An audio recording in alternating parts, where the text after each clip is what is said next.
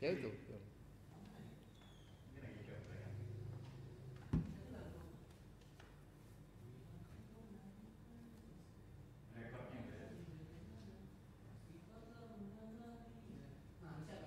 Iya, iya.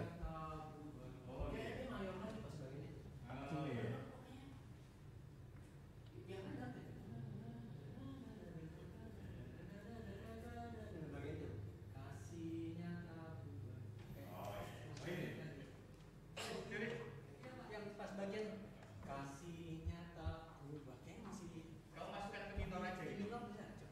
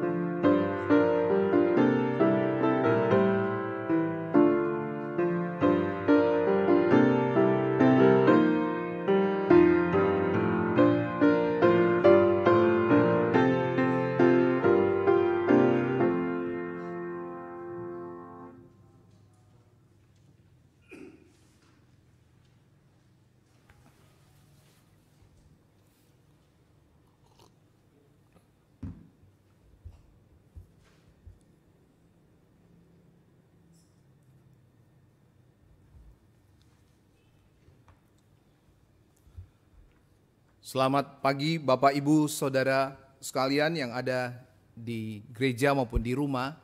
Selamat hari Minggu, Tuhan memberkati kita semua. Kita bersyukur kepada Tuhan pada saat ini kita diberikan kesempatan untuk melakukan ibadah, baik yang ada di gereja maupun Bapak Ibu yang ada di rumah. Dan saat ini Bapak Ibu sedang mengikuti ibadah hari Minggu secara live streaming dari GRII Kertajaya, Surabaya. Mari Bapak Ibu kita akan mempersiapkan hati dan pikiran kita. Kita akan masuk ke dalam bait Allah. Mari saya ajak kita bangkit berdiri. Kita akan masuk di dalam saat teduh untuk kita akan segera memulai ibadah ini. Mari kita masuk di dalam saat teduh.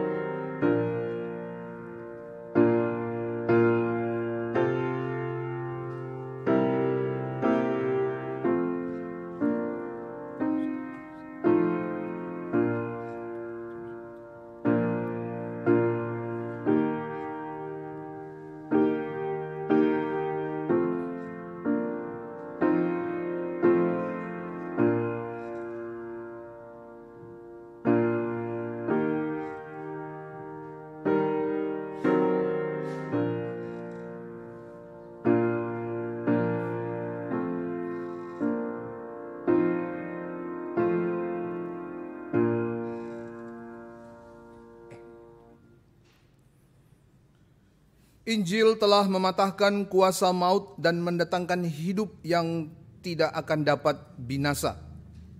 Kebaktian ini dimulai dan didasari di dalam nama Allah Bapa, Allah Anak, dan Allah Roh Kudus.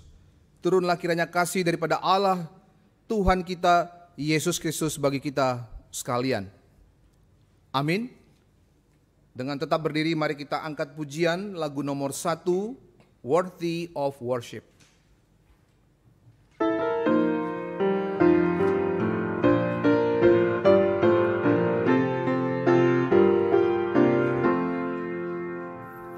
Worthy of worship, worthy of praise, worthy of honor and glory, worthy of all the glad songs we can sing, worthy of all of the offerings we bring.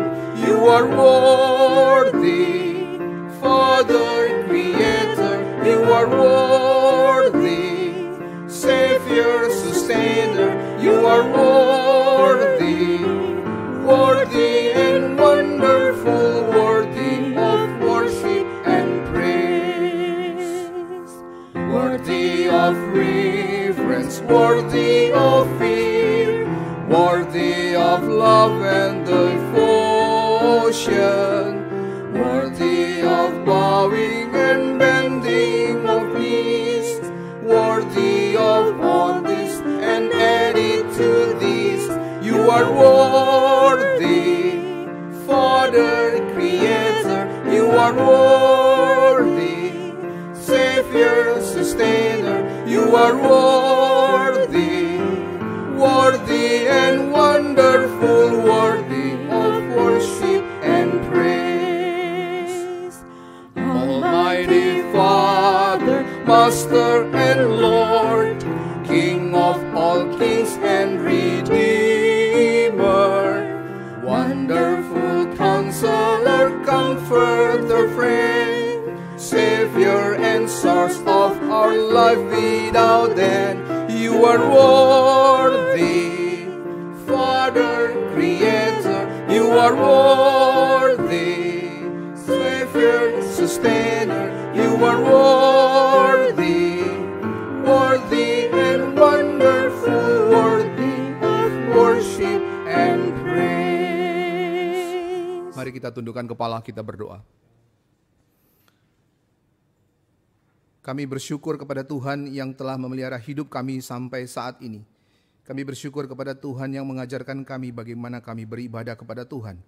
Kami mengingat cinta kasih-Mu yang begitu besar, yang telah mengorbankan anak-Mu yang tunggal, Tuhan Yesus Kristus, bagi kami orang-orang berdosa. Sehingga kami diperdamaikan dengan Tuhan dan kami dipelihara di dalam kehidupan iman percaya kami. Terima kasih untuk kesempatan yang Kau berikan kepada kami.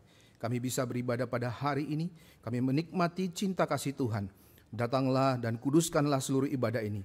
Berkatilah karena ibadah ini kami tujukan hanya kepada Tuhan, Allah Bapa di surga, di dalam kasih daripada Tuhan Yesus Kristus dan dari penyertaan Roh Kudus. Kiranya memberkati setiap lagu demi lagu, pujian demi pujian yang kami panjatkan kepada Tuhan. Doa dan ucapan terima kasih kami yang kami panjatkan kepada Tuhan. Dan kiranya Tuhan akan berfirman bagi kami. Biarlah firman itu menjadi kekuatan di dalam menopang hidup kami, di dalam menuntun jalan-jalan kami. Terima kasih Tuhan. Berkatilah setiap gereja-gereja yang mengadakan ibadah pada hari ini, di setiap kota, di setiap desa, di seluruh muka bumi. Mereka juga yang mengadakan live streaming, kiranya Tuhan juga memberkati. Mereka yang mengadakan ibadah-ibadah di gereja, mesbah-mesbah keluarga yang didirikan. Tuhan kiranya memberkati satu persatu. Tuhan kiranya berfirman pada mereka. Tuhan juga menyertai mereka. Tuhan memberkati kondisi-kondisi mereka. Mungkin mereka pada saat ini lagi sakit, beribadah di rumah sakit. Kiranya Tuhan juga menyertai satu persatu. Terima kasih Tuhan. Segala puji, hormat kami sampaikan kepadamu. Dalam nama Tuhan kami Yesus Kristus kami sudah berdoa dan mengucap syukur. Amin. Bapak Ibu silakan duduk. Kembali kita memuji Tuhan. Kita pujikan lagu nomor 2, Bila Kau Pernah Cinta Yesus. Kita ulang sebanyak 2 kali.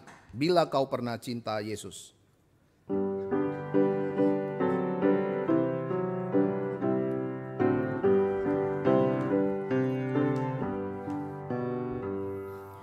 Bila kau pernah cinta Yesus, ngapa tak cinta Dia sekarang? Meski kau telah menjauhkan Dia, kasih-Nya tak berubah. Oh, dengarlah panggilan-Nya, harap kau lekas pulang. Bila kau pernah cinta Yesus, haruslah lebih cinta. Sekali lagi. Bila kau pernah cinta Yesus, ngapa tak cinta Dia sekarang? Meski kau telah menjauhkan Dia, kasih-Nya tak berubah. Oh, dengarlah panggilan-Nya, harap kau lekas pulang. Bila kau pernah cinta Yesus, haruslah lebih cinta. Puji Tuhan. Bapak Ibu, kita akan membaca Alkitab kita.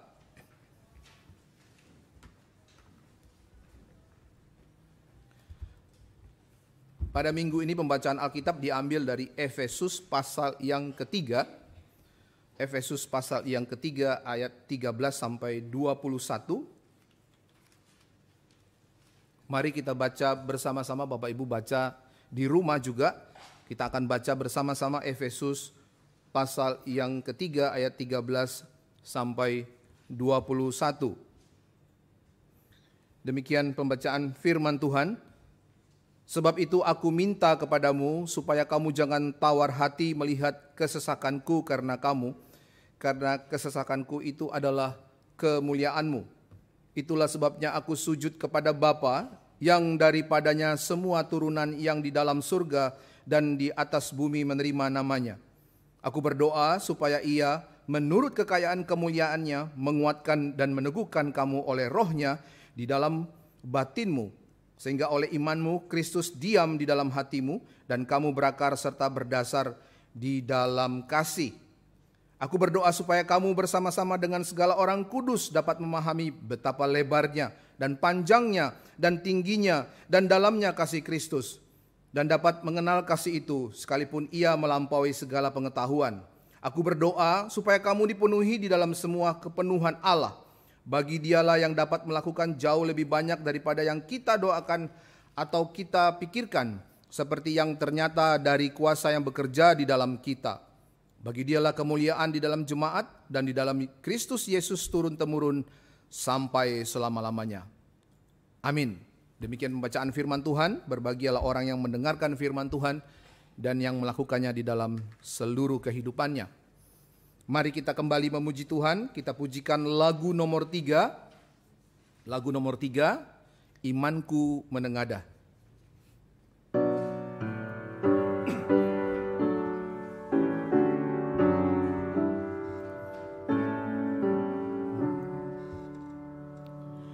Imanku mengadah pada domba Allah, Juru Selamat. Dengarlah doaku, hapuslah dosaku dari hari ini, ku milikmu. Anugerahmu diberi kekuatan di hati, ku berbakti. Bagiku kau mati, engkau ku kasihi, tetap rajin suci, hidup berapi, sampai ajalku pun jiwaku dihimpun oleh Tuhan. Ku harap tak bimbang, hati senang tenang, ku menjelang terang keselamatan.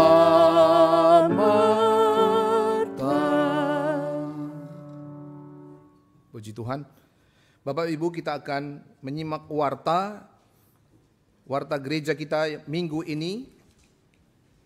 Pertama-tama, seperti yang ada di layar monitor saudara, kita melihat ada satu acara yang disebut dengan ASIK atau disingkat dengan ASIK. ASIK itu dari kata apa, siapa, kapan ya.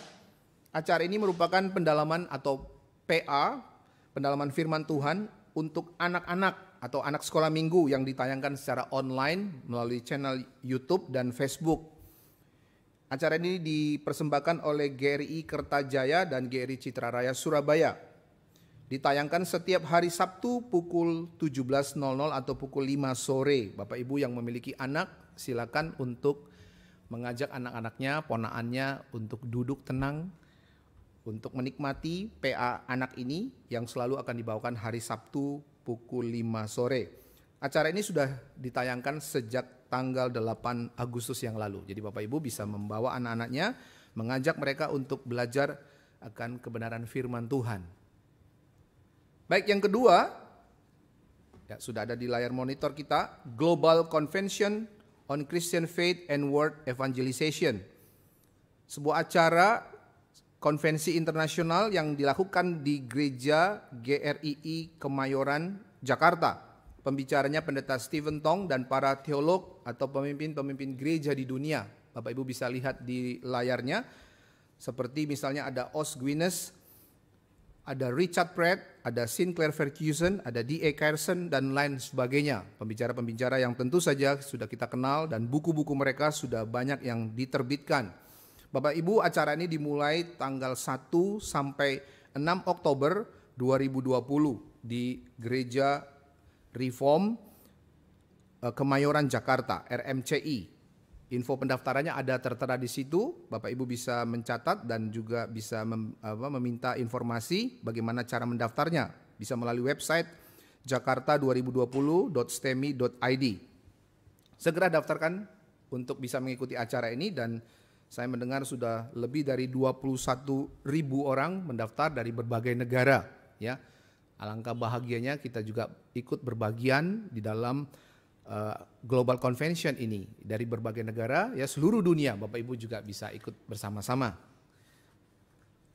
Ya, itu yang kedua yang saya tekankan. Yang ketiga, untuk sekolah minggu memberikan pengumuman atau informasi bagi Bapak Ibu yang memiliki anak usia 2 tahun lebih, ya, 2 tahun saja sudah bisa mengikuti acara ibadah sekolah minggu yang diadakan di GRI Kertajaya maupun di GRI Citra Raya Surabaya.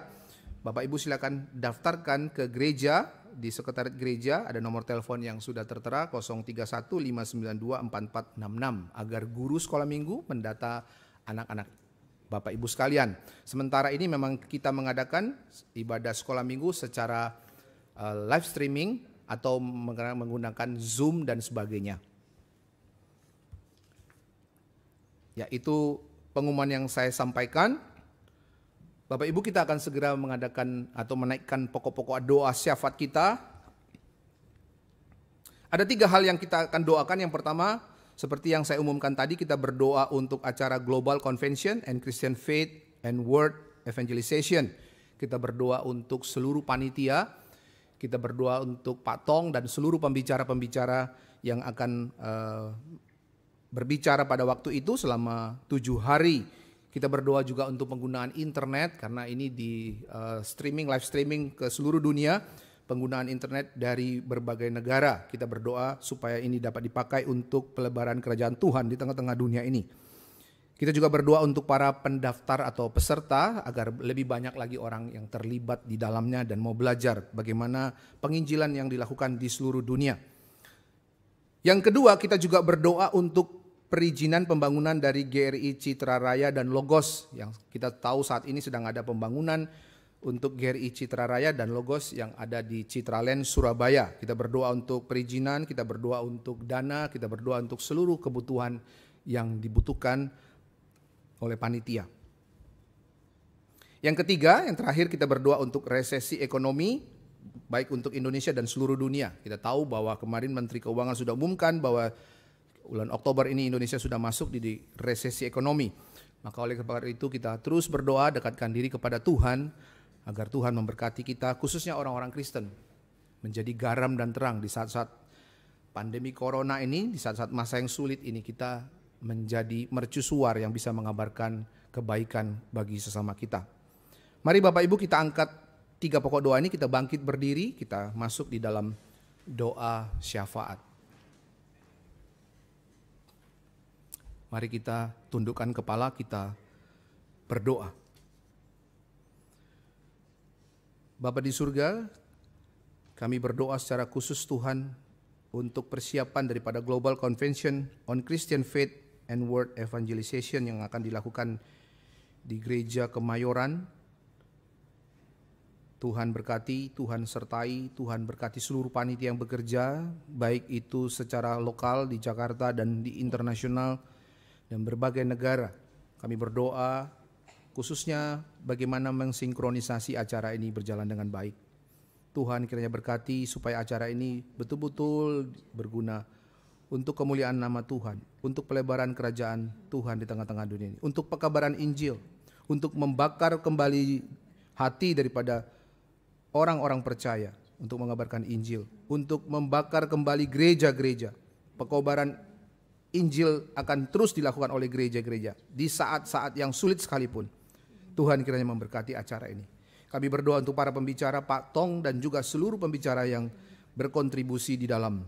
Biarlah Engkau sendiri akan menyertai mereka, biarlah mereka berbicara apa yang diinginkan oleh Tuhan. Tuhan berkati kesehatan mereka, Tuhan berkati kerohanian mereka. Tuhan pakai mereka sebagai alat Tuhan untuk menyampaikan pemberitaan firman Tuhan dan pekabaran Injil ini.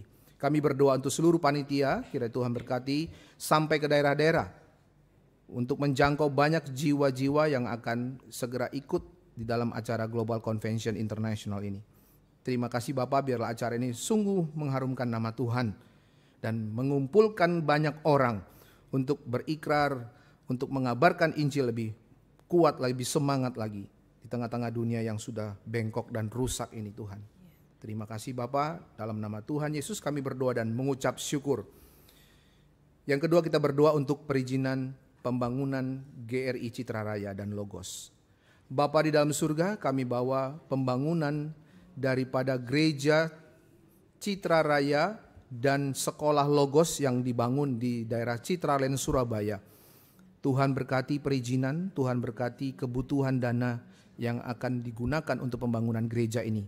Tuhan berkati setiap jemaat Tuhan agar bersatu hati untuk kiranya bisa mengumpulkan dana, untuk bisa kiranya terus berdoa untuk pembangunan dan perizinan ini bisa berjalan dengan baik. Biarlah pada waktu yang Tuhan sudah tetapkan, gereja ini menjadi tempat orang-orang beribadah, mengumpulkan anak-anak Tuhan, dan tempat sekolah yang betul-betul membawa orang mengerti bagaimana mendidik anaknya dengan baik berdasarkan firman Tuhan. Berkatilah Tuhan perizinan dan pembangunan daripada GRI Citra Raya dan Logos ini. Kami serahkan dalam nama Tuhan kami Yesus Kristus. Yang ketiga, kita berdoa untuk dampak daripada resesi dan cara mengatasinya di dalam resesi ekonomi yang akan segera datang. Mari kita naikkan suara bersama-sama. Bapa di surga, kami berdoa Tuhan, Kau tahu di dalam tengah-tengah pandemi global ini menghantam sisi daripada ekonomi dunia dan juga untuk Indonesia berdampak daripada resesi ekonomi. Kami berdoa supaya Tuhan memberkati para pemimpin kami, presiden, seluruh kabinet, dan juga para gubernur, para pemimpin daerah sampai ke daerah-daerah yang terkecil sekalipun di dalam mengatasi ekonomi dan juga pandemi corona dari salah satu kesehatan. Tuhan kiranya menyertai bagaimana kebijakan-kebijakan bisa diambil untuk bisa tepat sasaran dan terintegrasi di dalam semua kebutuhan-kebutuhan kami masyarakatnya. Tuhan berkati bagaimana kami bisa menghadapi dampak daripada resesi ekonomi. Tuhan berkati anak-anak Tuhan, khususnya orang-orang percaya, biar mereka menjadi garam dan terang, tetap berdiri kokoh iman percaya mereka, tetap bersyukur kepada Tuhan untuk apapun yang boleh terjadi, dan mereka terus bersandar kepada Tuhan. Berkatilah bangsa dan negara kami. Kami serahkan ke dalam tangan Tuhan. Dalam nama Tuhan kami Yesus Kristus kami sudah berdoa dan mengucap syukur. Bapak Ibu, kita akhiri doa syafaat kita dengan menaikkan doa Bapa kami. Bapa kami yang ada di surga, dikuduskanlah namamu, datanglah kerajaan-Mu, jadilah kehendak-Mu di bumi seperti di surga. Berikanlah kami pada hari ini makanan kami yang secukupnya, dan ampunilah kami akan kesalahan kami, seperti kami juga mengampuni orang yang bersalah kepada kami. Dan janganlah membawa kami ke dalam pencobaan, tetapi lepaskanlah kami daripada yang jahat. Karena Engkaulah yang empunya kerajaan dan kuasa dan kemuliaan sampai selama-lamanya. Amin. Bapak Ibu dipersilakan duduk kembali. Sebentar lagi kita akan mendengarkan firman Tuhan yang disampaikan oleh Bapak Vikaris Bara atau Bapak Vikaris Bakti Anugrah. Kita menyambut pemberitaan firman Tuhan dengan memujikan lagu nomor 4, Ikut Dikau Saja Tuhan.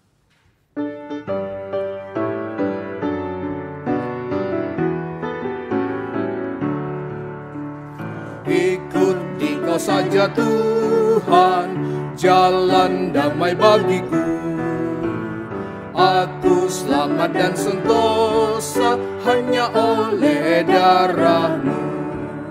Aku ingin ikut Dikau dan mengabdi padamu. Dalam Dikau juru selamat, ku bahagia penuh. Ikut Dikau di sengsara, karena janji-Mu teguh. Atas kuasa kegelapan ku menang bersama-Mu. Aku ingin ikut Dikau dan mengabdi padamu. Dalam Dikau juru selamat, ku bahagia penuh. Ikut dan menyangkal diri, aku buang yang fana. Hanya turut kehendak-Mu dan padamu berserah. Aku ingin ikut Dikau dan mengabdi padamu. dalam Dikau Juru Selamat, ku bahagia penuh. Ikut dalam kesucian, lahir batin yang bersih. Aku rindu mengikuti teladan yang Kau beri. Aku ingin ikut Dikau dan mengabdi padamu. Dalam Dikau Juru Selamat, ku bahagia penuh. Puji Tuhan. Kami mengundang Pak Bara untuk segera naik ke mimbar. Kita akan mendengarkan firman Tuhan.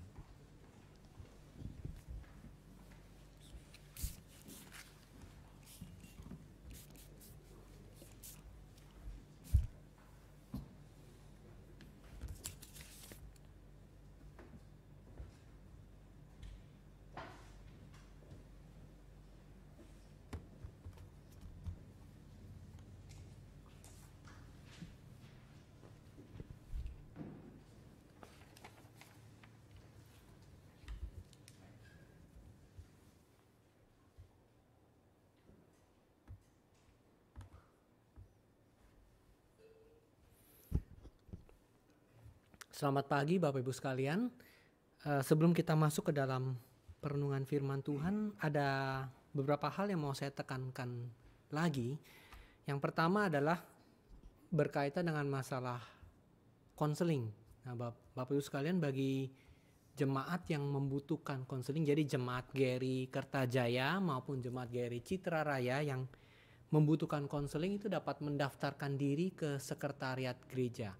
GRI Kertajaya ya, nanti GRI Citra Raya pukul 10.30, GRI Kertajaya dapat mendaftarkan diri ke sekretariat gereja dengan nomor telepon 031 592 4466. Jadi 031 592 4466. Bagi jemaat GRI Kertajaya yang membutuhkan pelayanan konseling dapat mendaftarkan diri di sekretariat gereja 592 4466.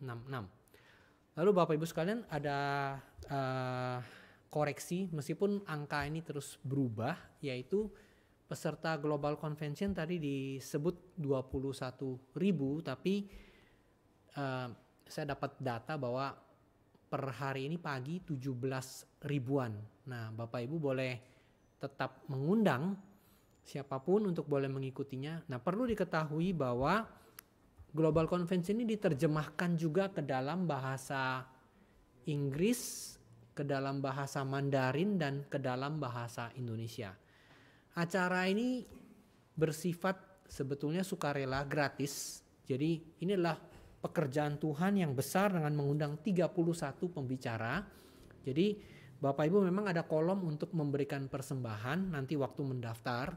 Tetapi Bapak Ibu dapat memberikan seturut dengan kerelaan hati Bapak Ibu, tidak ada paksaan mengenai jumlahnya. Dan bagi kita yang ingin ikut, yang mungkin terkendala dengan dana, silakan memberikan dengan kerelaan hati Bapak Ibu sekalian dan bisa tetap mendaftar dan bisa tetap mengikuti. Sekali lagi, acaranya sudah tidak lama lagi, yaitu minggu depan, sudah hanya beberapa hari lagi saja, yaitu bulan Oktober tanggal 1 sampai dengan tanggal 6. Nah, Bapak Ibu dapat perhatikan, nanti juga sebetulnya ada podcast bagi kita yang mungkin kuota YouTube itu mungkin agak besar, dapat juga menggunakan podcast. Ya, dapat juga menggunakan podcast. Nah, Bapak Ibu, sedikit tips kalau Bapak Ibu menggunakan YouTube dan mungkin kuota terlalu dirasa besar, Bapak Ibu waktu buka YouTube channel itu ada gambar gerigi, ya, gambar gerigi di bawah itu, di bawah tampilan videonya Bapak Ibu dapat klik. Kemudian di situ ada quality, ya, ada kualitasnya berapa. Nah, biasanya tuh Bapak Ibu bisa turunkan ke kualitas yang paling rendah. Jadi streaming bisa tetap disaksikan tanpa harus dengan kualitas yang paling tinggi yang menghabiskan kuota begitu ya. Jadi dapat klik di gambar gerigi di YouTube dengan dengan menurunkan kualitasnya. Jadi tidak perlu misalnya 720 jadi 360 begitu ya. Bapak Ibu dapat menurunkan atau mungkin 144 bahkan ya. Jadi Bapak Ibu dapat menurunkan kualitas gambarnya, videonya, dan tetap dapat mengikuti penjelasan secara audio begitu ya. Ya gambarnya tentu saja dikurangi. Juga ada satu hal lagi, kita perlu terus berdoa untuk para penerjemah, karena ini merupakan satu tugas yang sangat berat. Ada 31 pembicara, baik dari berbahasa Indonesia, bahasa Inggris, dan juga berbahasa Mandarin. Jadi mereka bekerja setengah mati sekali untuk menemukan frase atau kata-kata yang tepat. Kita perlu mendoakan juga pelayanan yang mereka lakukan, biar itu boleh menjadi berkat. Ya, demikian beberapa hal yang boleh saya tekankan. Nanti juga Bapak Ibu mungkin akan mendapatkan informasi, kalau mendapatkan bagaimana juga melalui podcast. Bapak Ibu dapat buka di link yang tertera ya, link yang tertera di layar Bapak Ibu sekalian ya. Jadi bagi yang ingin mendaftar.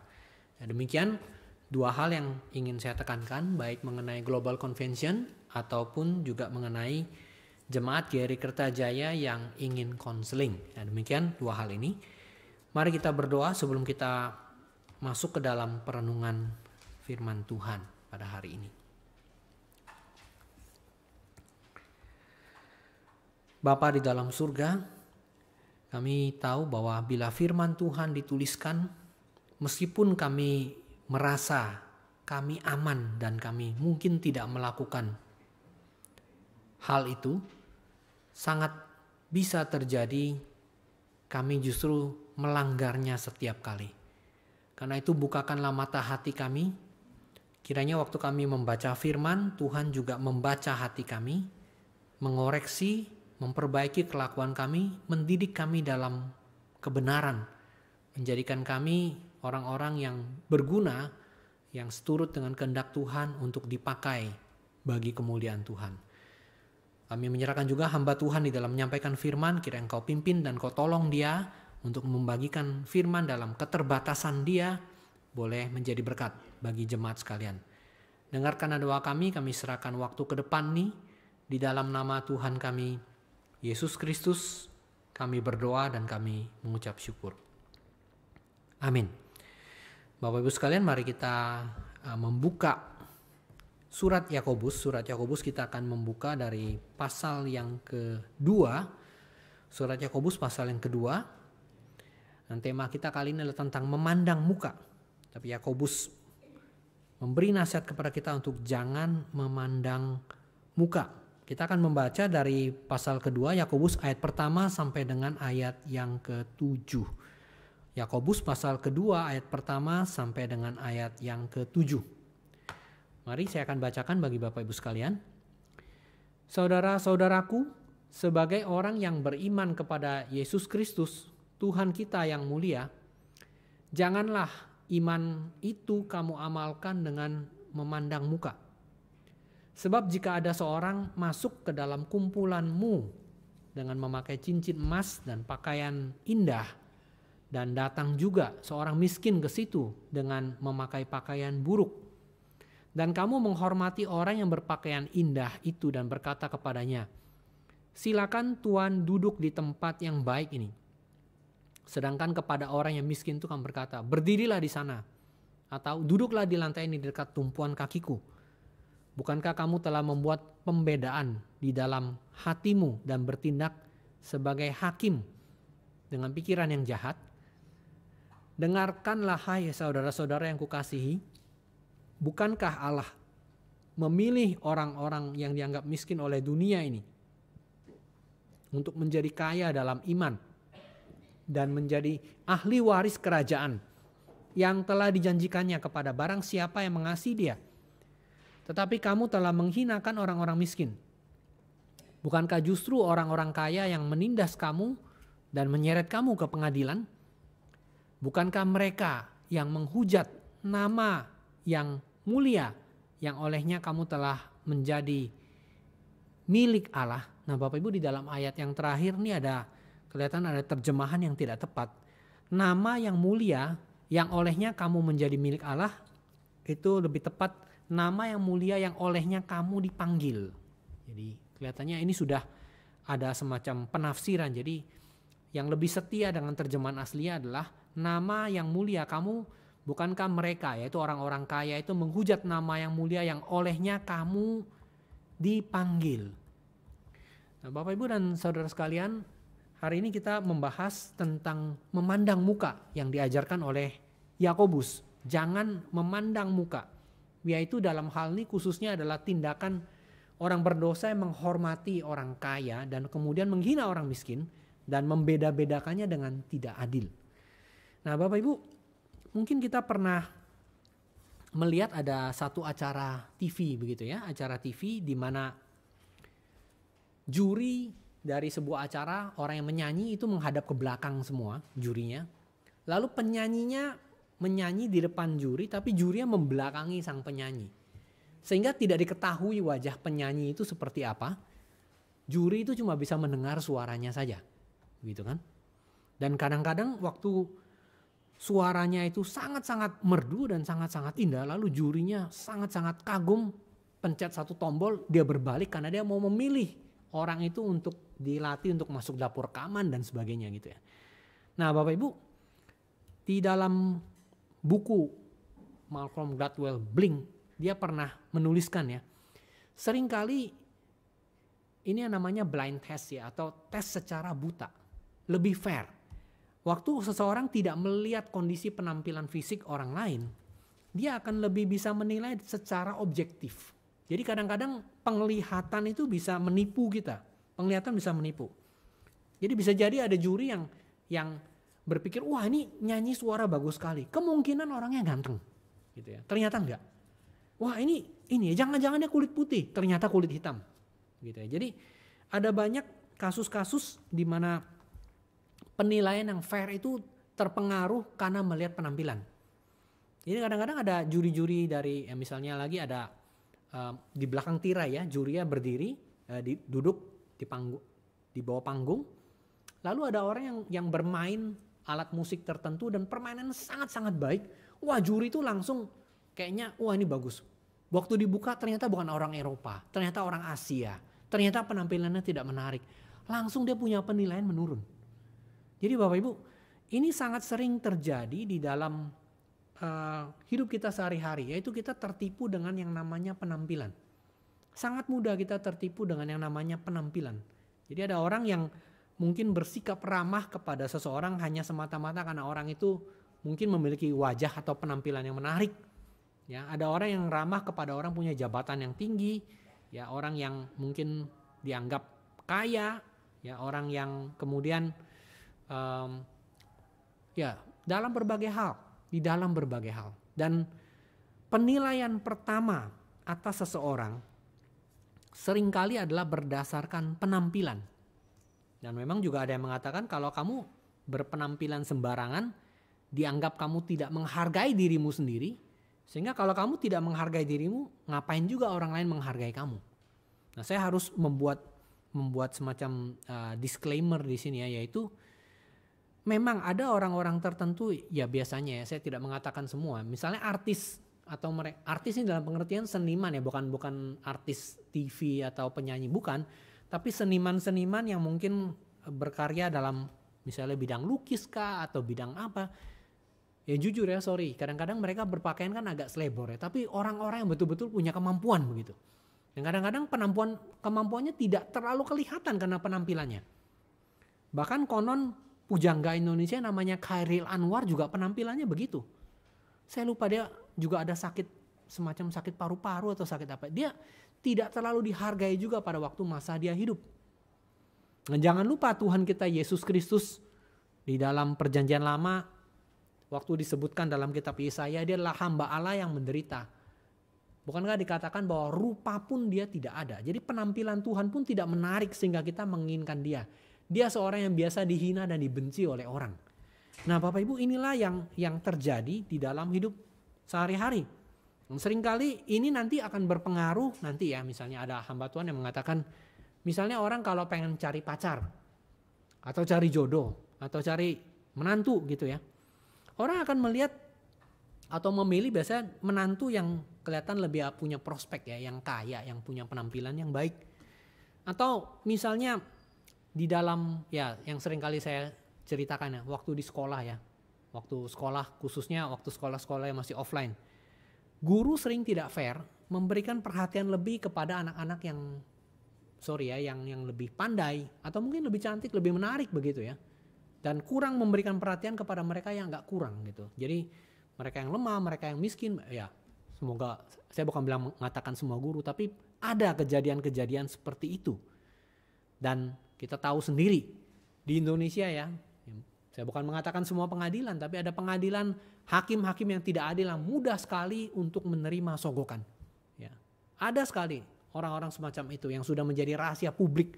Orang semua sudah tahu bagaimana mereka akan lebih bersifat, yaitu bahasa Inggrisnya parsial, memilih dan lebih memenangkan orang yang apalagi dia sudah pesanan gitu, sudah dibayar, sudah menjadi rahasia publik. Ya, sudah menjadi rahasia publik. Jadi orang kaya tapi yang salah itu bisa dibenarkan karena mereka punya uang, mereka bisa membayar. Ya. Nah, tetapi yang sangat disesalkan adalah kalau hal ini terjadi bukan di luar, tapi di dalam gereja. Jadi di dalam gereja, Rasul Yakobus mengecam tindakan orang berdosa yang menghormati orang kaya dan menghina orang miskin dan dengan tidak adil.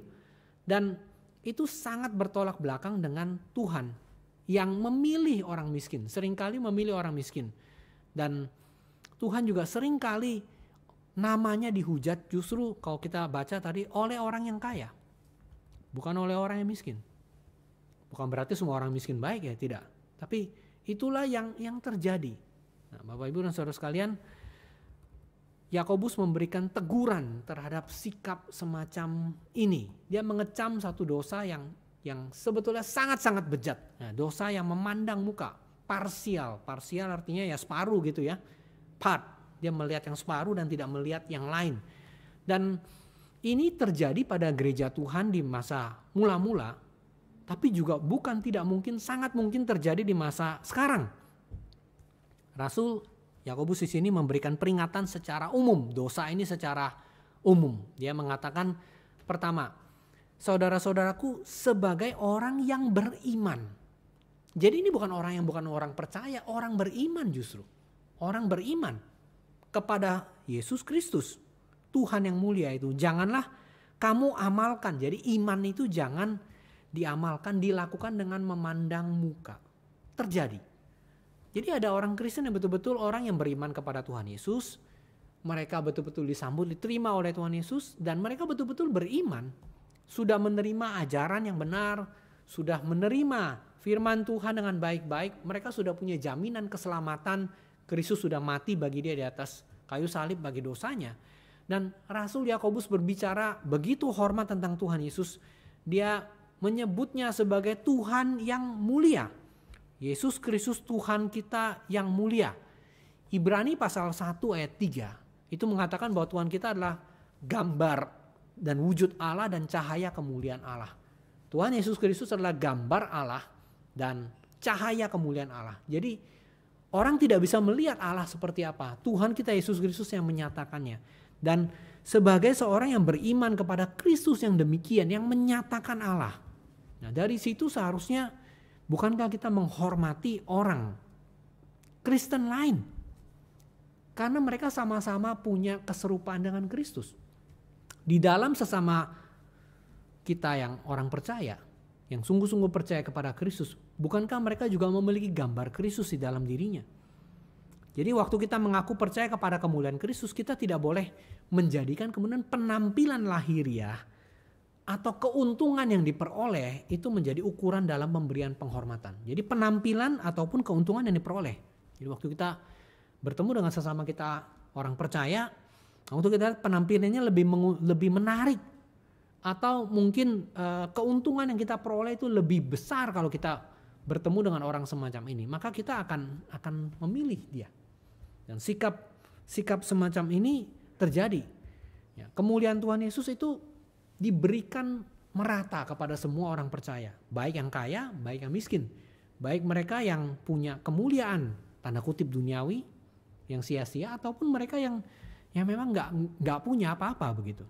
Nah, waktu seseorang mengaku percaya kepada Kristus, kita tidak boleh sampai memandang muka, melihat-lihat, membagi-bagi sehingga kita menutupi seolah-olah orang ini lebih kurang mulia dibandingkan yang lain. Seolah-olah dia lebih tidak berharga. Nah, ini adalah satu dosa yang sangat besar karena Tuhan telah menebus, Tuhan Yesus telah mati, berarti orang ini berharga sekali. Nah, waktu orang ini berharga, lalu kita memandang muka semata-mata karena penampilan dia, itu adalah Rasul Yakobus satu dosa yang menjijikkan ya. Lalu Rasul dia memberikan contoh mengenai hal tersebut dalam ayat 2 dan ayat 3. Contohnya apa? Penampilan. Kalau ada orang masuk ke dalam kumpulanmu dengan memakai cincin emas dan pakaian yang indah. Jadi di dalam pertemuan, ini adalah pertemuan semacam apa? Bapak Ibu, ini adalah semacam pertemuan yang diduga ya, dan kemungkinan besar ini adalah pertemuan untuk mengambil keputusan. Jadi mereka sedang rapat gitu ya, ada perbedaan di antara jemaat, lalu mau menentukan misalnya mau ada penghakiman gereja, mau ada jemaat yang berbuat salah dan sebagainya, mereka memberikan teguran atau apapun. Jadi ini adalah satu kumpulan dari orang-orang percaya, ya mungkin para pengurus gereja untuk memberikan disiplin gereja. Jadi kelihatannya itu. Nah, kata Yunani yang dipakai pertemuan itu adalah sinagoge. Jadi semacam kumpulan yang ada di rumah ibadat orang Yahudi. Jadi mereka sedang berkumpul untuk memutuskan hal keadilan. Makanya tadi kan kita menemukan ada kata kamu menjadi hakim. Karena di sini mereka sedang memutuskan hal yang adil. Nah, ada seorang cendekiawan Yahudi abad mula-mula bernama Maimonides. Dia mengatakan jelas dalam undang-undang Yahudi kalau ada orang kaya dan orang miskin sama-sama mengajukan tuntutan, nggak boleh yang kaya disuruh duduk lalu yang miskin suruh berdiri, tidak bisa. Atau duduk di tempat lebih jelek, nggak bisa. Jadi Maimonides mengatakan dua-duanya kalau tidak sama-sama duduk ya sama-sama berdiri, tidak ada pembedaan. Nah, maka Rasul Yakobus waktu mengatakan di sini jelas-jelas tentang kumpulan yang menyerupai kumpulan di rumah ibadat Yahudi waktu mereka mau memutuskan satu kasus ya, persidangan dan seterusnya. Jadi waktu itu kan kita tahu belum ada orang Yahudi memutuskan perkara di antara mereka sendiri, tidak mengikuti hukum Romawi. Ya mereka ya, kecuali mereka melanggar peraturan Romawi, tapi kalau di dalam peribadatan mereka sendiri ada masalah, mereka sedang memutuskan dan menjatuhkan kasus ini. Nah, jadi jemaat-jemaat Kristen waktu mereka bertemu, mereka ada perbandingan satu dengan yang lain. Nah, tapi jangan sampai ini juga terjadi bukan cuma dalam masalah pengadilan, juga di dalam masalah waktu seseorang tuh beribadah. Jadi bisa jadi waktu ada pertemuan ibadah, ada berbagai orang yang penampilannya berbeda-beda. Nah, kita sekarang karena kita ibadah kita udah lebih banyak online ya, kita lebih tidak banyak ibadah offline yang bertemu langsung. Ini mungkin agak kurang kelihatan, tapi kita dapat melihat dulu waktu ibadah masih offline ya. Perlakuan itu bisa berbeda-beda. Nah, orang yang melakukan hal itu ya, mereka bisa jadi berbuat tidak adil, berbuat parsial, lebih memandang yang punya penampilan baik, yang lebih kaya, yang lebih terhormat, dan lebih menghina mereka yang kurang. Nah, akan tetapi Bapak Ibu dan Saudara sekalian, setiap orang itu harus dihormati, ya harus dihormati. Nah, akan tetapi bukan berarti, ya, bukan berarti bahwa asal miskin harus dihormati, tidak demikian. Dan asal kaya harus dibenci, tidak juga demikian. Bukan itu Bapak Ibu. Jadi bukan itu maksudnya. Nah, maka yang dimaksudkan di sini adalah menilai seseorang bukan berdasarkan penampilan luarnya. Nah, jadi kalau memang ada orang-orang yang melanggar hukum, ya seperti yang dikatakan di sini, yaitu melanggar, mereka memandang yang satu dianggap lebih baik daripada yang lain. Maka Rasul Yakobus mengatakan, kalau ada orang masuk ke dalam kumpulanmu, ya, kumpulan seperti rumah ibadat itu, terlihat menonjol pakaiannya, tokoh penting, ya, langsung kan menonjol. Tapi sementara ada orang lain yang penampilannya biasa, yang miskin, yang pakai pakaian yang buruk. Lalu kamu mulai membeda-bedakan dan menilai dengan keliru hanya karena penampilan di luar satu dengan yang lainnya. Nah, jadi Yakobus mau mengatakan zaman itu, jemaat Tuhan yang tersebar itu ada yang kaya dan ada yang miskin. Tuh. Tetapi pada masa Yakobus, kecenderungan yang ada adalah lebih banyak yang miskin dibandingkan yang kaya. Lebih banyak yang miskin. Dan kalaupun ada yang kaya, yang terhormat, jumlahnya tidak banyak. Ya, kita tahu kecuali orang-orang kaya yang bertobat, nah, mereka masuk ke dalam gereja. Nah, itu bisa menjadi pendukung gereja dan sebagainya. Tetapi bagi orang-orang Kristen awal, mereka kehilangan hak banyak sekali. Karena orang-orang Yahudi mereka dikucilkan, apalagi di tengah Romawi mereka tidak menyembah kaisar, mereka menyembah Kristus. Ya, jadi mereka mengalami kesulitan yang sangat besar. Mereka ada yang kehilangan pekerjaan, atau kalaupun bekerja, pekerjaan tidak bisa dengan posisi yang terlalu tinggi. Jadi orang-orang semacam ini adalah orang yang mungkin penampilannya, kalau kita bilang ya sorry ya, kita bukan mau menyebut-nyebut ya. Orang bisa memberikan di dalam satu gereja, mereka yang berpenampilan pejabat, ya memang misalnya direktur dari sebuah bank tertentu atau sebagainya. Lalu sementara ada mungkin tukang parkir, atau orang-orang yang bekerja sebagai buruh, atau mereka yang bekerja sebagai pekerja asisten rumah tangga yang penampilannya biasa begitu. Bahkan yang cenderung mungkin dianggap kurang. Akan tetapi di dalam hal iman, baik orang kaya maupun orang miskin itu sejajar. Orang yang kaya tidak menjadi lebih dekat kepada Tuhan. Demikian juga orang miskin tidak menjadi lebih jauh daripada Tuhan. Karena Tuhan kita adalah Tuhan yang tidak parsial. Dia tidak memandang bulu, dia melihat ke dalam hati. Maka itulah di dalam hati nurani yang paling dalam Tuhan menilai seseorang bukan berdasarkan penampilan. Nah, Yakobus memberikan satu peringatan kepada kita untuk tidak memberikan penghormatan yang tidak pantas terhadap kekayaan duniawi. Ini harus betul-betul diwaspadai. Betul-betul ini akan terjadi di dalam sepanjang segala zaman. Kita tidak boleh memberikan penghargaan secara khusus kepada yang punya penampilan secara duniawi. Nah, Bapak Ibu, saya waktu di Jakarta naik bis Trans Jakarta ya. Saya senang sekali karena itu ada tulisan kan di situ ya. Ada kursi tertentu yang dikhususkan buat ibu hamil, orang tua sama disabilitas gitu kan. Pernah satu saat saya pernah mengalami kecelakaan Bapak Ibu, itu kira-kira tahun 2006 ya atau 2007. Jadi saya kecelakaan, tulang saya patah, rusuk saya patah. Jadi total tulang yang patah itu 11, rusuk patah 3 gitu. Di sebelah kiri ya. Jadi kalau Bapak Ibu sekarang lihat foto ronsen saya agak aneh. Karena tulang rusuk kan harusnya nyambung, saya itu agak begini, bertumpuk gitu, bukan nyambung. Jadi dia memanjang, tapi kalau memanjang kan jadi makin panjang. Dia begini. Nah, waktu masa pemulihan dari kecelakaan itu, satu saat saya naik bis Transjakarta, lalu saya pakai sling, pakai apa itu? Kayak gendongan bayi itu loh. Jadi saya pakai sling, saya pegang begitu. Bapak Ibu tahu, nggak ada yang kasih tempat duduk.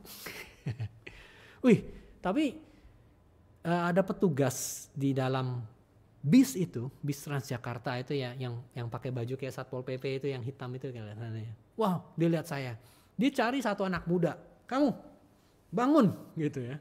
Terus saya yang disuruh duduk, wah puji Tuhan gitu saya pikir, dia menghargai.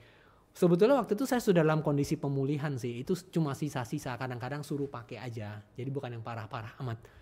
Tapi saya rasa, wah dihargai loh. Nah Bapak Ibu, bukankah dalam surat Korintus Rasul Paulus mengatakan kepada anggota tubuh yang paling lemah itu harus diberikan penghargaan lebih. Nah bis Transjakarta yang melakukan hal itu gitu loh. Jadi orang yang hamil, orang yang apa, kadang-kadang saya juga melihat ada satu pemandangan yang bagus gitu ya. Misalnya orang tua berdiri pegang, lalu pas di bis itu ada orang yang, Pak mari Pak silakan duduk. Tapi orang tuh menolak karena dia bilang nggak apa-apa deh duduk aja. Saya sudah pengen turun kok. Wah itu bagus ya. Jadi bagus gitu ya. Yang satu bilang nggak apa-apa. Walaupun ini saya nggak apa-apa. Saya berdiri, kamu duduk aja. Saya udah pengen turun kok begitu. Jadi ada penghargaan yang diberikan kepada mereka yang lebih lemah. Yang penampilannya lebih lemah, yang lebih kurang begitu. Penghormatan kepada mereka yang kaya itu tidak seharusnya diberikan berlebihan, diwaspadai. Nah tapi Bapak Ibu ini bukan berarti Yakobus mendorong orang kalau gitu kamu kasarlah sama orang kaya. Tidak. Atau kamu tidak tertib. Jadi kita memberikan penghargaan yang sepantasnya kepada orang lain dan boleh. Dan memang kadang-kadang Bapak Ibu tidak bisa dipungkiri ada orang-orang tertentu yang perilaku dia, bukan penampilannya, perilaku dia membuat orang bertingkah laku demikian sama dia. Jadi sikap dia, cara dia itu membuat orang lain berperilaku seperti apa pada dia. Tetapi kalau berdasarkan penampilan, kita tidak boleh memperlakukan secara tidak adil. Tidak boleh ini sampai mempengaruhi akhirnya waktu mau memilih orang ke dalam jabatan gerejawi misalnya ya. Oh, saya mau pilih yang kaya. Meskipun terjadi memang di dalam gereja ada orang-orang yang lebih mampu, itu memang tanda kutip akan menjadi berkat kan di dalam gereja kan. Kalau mereka dipilih jadi majelis atau mereka bisa mendukung pelayanan di gereja dengan uang mereka, itu betul. Tetapi bagaimana dengan orang-orang yang miskin? Nah, tapi kalau dia miskin, tidak menjadi masalah. Kalau dia seorang yang cinta Tuhan, dia orang yang berhikmat, dia bisa memberikan masukan-masukan yang baik bagi gereja. Sehingga penentuan jabatan di dalam gereja, pemilihan majelis dan diaken, itu memang harus ada komposisi. Pasti ada orang percaya yang kaya dan juga ada orang percaya yang kurang, yang menjadi pekerja yang, tapi sama-sama di hadapan Tuhan, Tuhan tidak menilai itu. Karena kesempatan mereka menjadi kaya atau menjadi miskin itu berbeda. Dan juga tidak bisa semata-mata karena dia kaya, lalu lebih kurang ditegur kalau dia salah. Kalau dia miskin, dia lebih banyak dapat teguran karena dia miskin. Sikap memandang muka ini itu betul-betul ada terus Bapak Ibu ya. Jadi ini merupakan sesuatu yang menjadi persoalan di dalam iman kita. Saya pernah waktu mengunjungi satu orang, jadi kita ada pelayanan tim ke rumah sakit, kita cari ini ada yang bangsal yang orang percaya nggak, maksudnya yang agama Kristen atau Katolik yang boleh kita doakan gitu. Nah ada kan. Lalu waktu kami datang doakan, saya bertemu dengan satu orang bapak. Saya tanya sudah berapa sakitnya, kalian cukup berat sih ya. Dia masuk di salah satu ruang. Waktu itu masa belum ada pandemi ya, kita masih bisa kunjungi rumah sakit. Tanya, Pak, sakit apa? Gini. Biayanya berapa? Gini. Bapak ada asuransi nggak? Seingat saya dia bilang nggak ada. Jadi butuh biaya cukup besar. Lalu dia sambat, dia mengeluh sama saya dan dia mengatakan gini, Pak, pendeta saya itu loh, pendeta saya ya, maunya cuma kunjungi orang kaya.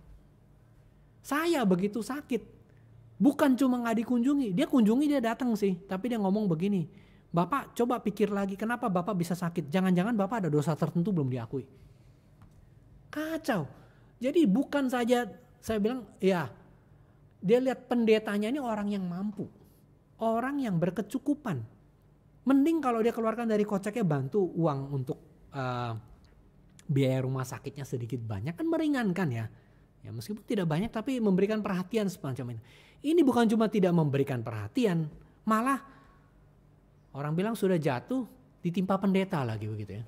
Jadi sudah bukan ditimpa tangga, sudah jatuh ditimpa pendeta pula gitu ya. Jadi setelah dia sakit masuk rumah sakit bilang, ini Bapak kenapa begitu? Ini pasti ada sesuatu dosa. Akui Pak, akui. Dia mengikuti ya karena pendeta ya. Dia ngakui dosanya. Terus. Tapi belum sembuh-sembuh. Suruh akui lagi. Lama-lama dia tanya, Pak mungkin di dunia ini Bapak aja gak berdosa kali ya. Makanya Bapak gak masuk rumah sakit gitu ya. Saya yang masuk gitu. Nah Bapak Ibu ini sikap-sikap parsial kayak begini gitu ya. Jadi memperlakukan orang yang lebih miskin itu dengan cara yang sangat-sangat sangat-sangat tidak menghargai mereka. Yakobus mengatakan kita tidak boleh menilai orang dari bagiannya perikopnya. Kita tidak boleh menilai seorang pun untuk memandang mereka menurut ukuran manusia.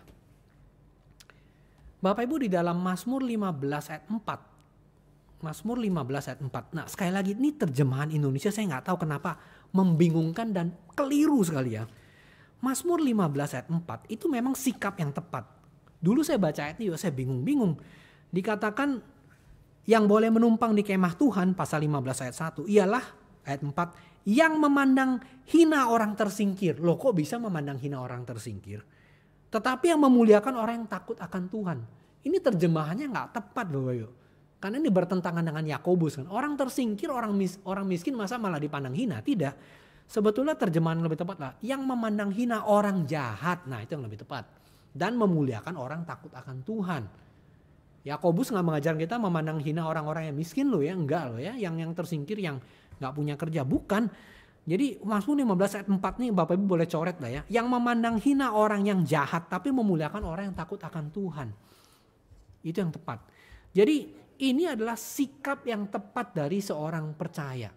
Orang percaya tidak seharusnya menghargai orang jahat, lalu menghina orang yang takut akan Tuhan. Itu terbalik, apalagi yang jahat itu yang kaya, yang takut akan Tuhan yang miskin.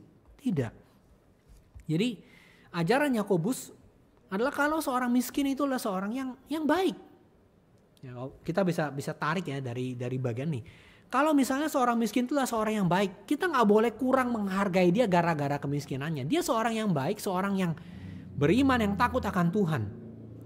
Sedangkan kalau dia adalah seorang yang kaya, tapi kebetulan seorang hidupnya tidak tertib, yang fasik, yang mungkin dia punya pakaian yang bagus, punya pekerjaan yang bagus ya. Kita nggak boleh lebih menghargai dia gara-gara kekayaan dan pekerjaan dia. Tidak Bapak Ibu sekalian. Jadi kita harus memperhatikan hal ini. Jadi bisa jadi orang yang miskin di dalam gereja, mereka lebih bergantung kepada Tuhan, lebih beriman, lebih sungguh-sungguh mengandalkan Tuhan. Saya berulang kali mendapatkan kesaksian-kesaksian yang indah ya dari jemaat-jemaat yang hidup pas-pasan ya. Yang kadang-kadang saya pikir Tuhan, alangkah bahagianya mereka punya pengalaman semacam itu. Pengalaman apa Bapak Ibu? Kadang-kadang ya ada jemaat-jemaat yang berkekurangan itu mereka cerita, "Pak, saya pas lagi butuh ini, doa minta sama Tuhan." Ya. Jadi ada jemaat yang mungkin jualan barang tertentu yang barang itu sebenarnya tidak laku di musim itu gitu. Katakanlah musim hujan jualan es, kan nggak cocok gitu ya. Ya. Tapi herannya waktu dia lagi butuh uang untuk uang sekolah anak kah, untuk apa gitu. Lalu dia bilang, "Pak, saya nggak tahu loh. Saya pernah dengar ada satu orang hamba Tuhan yang juga berkekurangan ya." Dia cerita, saya mencoba mengingat-ingat ceritanya. Jadi dia bilang, itu lagi musim apa gitu, orang jualan pecel apa tuh nggak terlalu laku sebetulnya. Istrinya jualan pecel. Lalu hari-hari itu susah sekali cari pelanggan. Tapi pas waktu itu dia lagi ada kebutuhan untuk sekolah anak sih, seingat saya sih. Lalu dia berdoa sama Tuhan. Dan herannya ada yang pesan, saya lupa jumlahnya berapa, 100 atau 150. Istrinya bikin. Dan Bapak Ibu banyak hal yang indah adalah dia bilang, "Bapak tahu nggak, itu hasil uang penjualan tuh persis pas dengan jumlah uang yang saya perlukan untuk bayar uang sekolah anak saya." Wah, saya kagum. Tapi dia ngomong sambung kalimat berikutnya, "Tapi itu cuma kejadian pas lagi mau bayar uang sekolah anak Pak, tidak terjadi setiap saat. Pas waktu itu, setelah itu udah lama gak kejadian lagi, ntar kapan-kapan lagi baru ada lagi." Wah, saya bilang, "Wah Pak, Bapak bersyukur loh. Bisa belajar mengandalkan Tuhan bukan mengandalkan kekayaan. Setiap saat." Ini yang kadang-kadang orang kaya gak miliki Bapak Ibu. Kenapa? Mereka gak perlu bergantung sama Tuhan, tabungannya cukup kok. Mereka gak perlu pusing-pusing soal makan, begitu buka kulkas masih ada. Tapi ada orang yang untuk makan pun seharinya masih mikir sehari demi sehari. Cak Lontong dengan sangat lucunya ya, dia mengatakan, orang Amerika pergi ke bulan, mereka bangga. Belum apa-apa, mama saya mengajarkan hidup bagaimana bertahan dari bulan ke bulan, katanya begitu.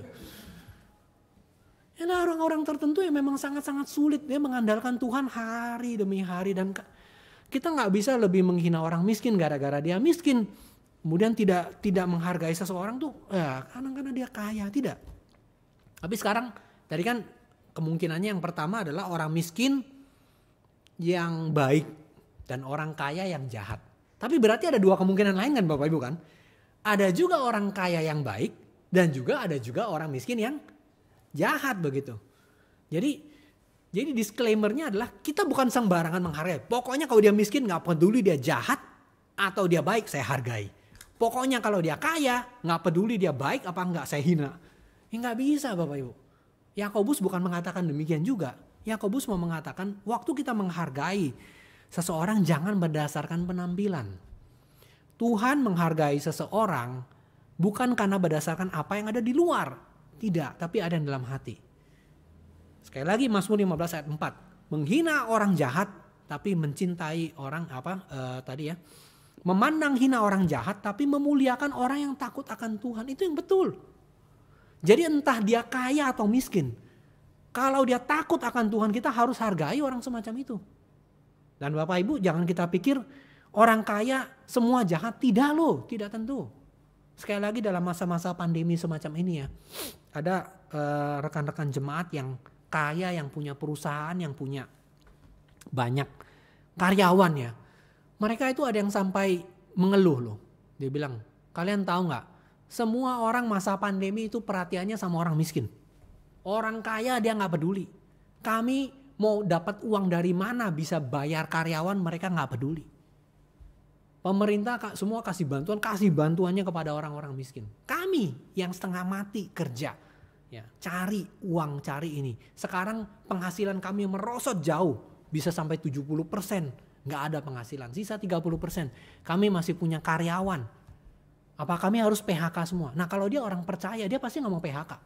Dia pikir bagaimana karyawan. Nah tapi kalau dia nggak mau PHK, dengan penghasilan dia sisa 30%, gimana dia bisa menggaji dengan uang yang sama seperti pada waktu masa masih lancar? Siapa yang perhatikan orang kaya, Bapak Ibu? Kadang-kadang kita tidak fair juga sama orang kaya. Waktu itu mereka bukan sedang kaya, mereka pemilik usaha yang sekarang lagi ada kesulitan.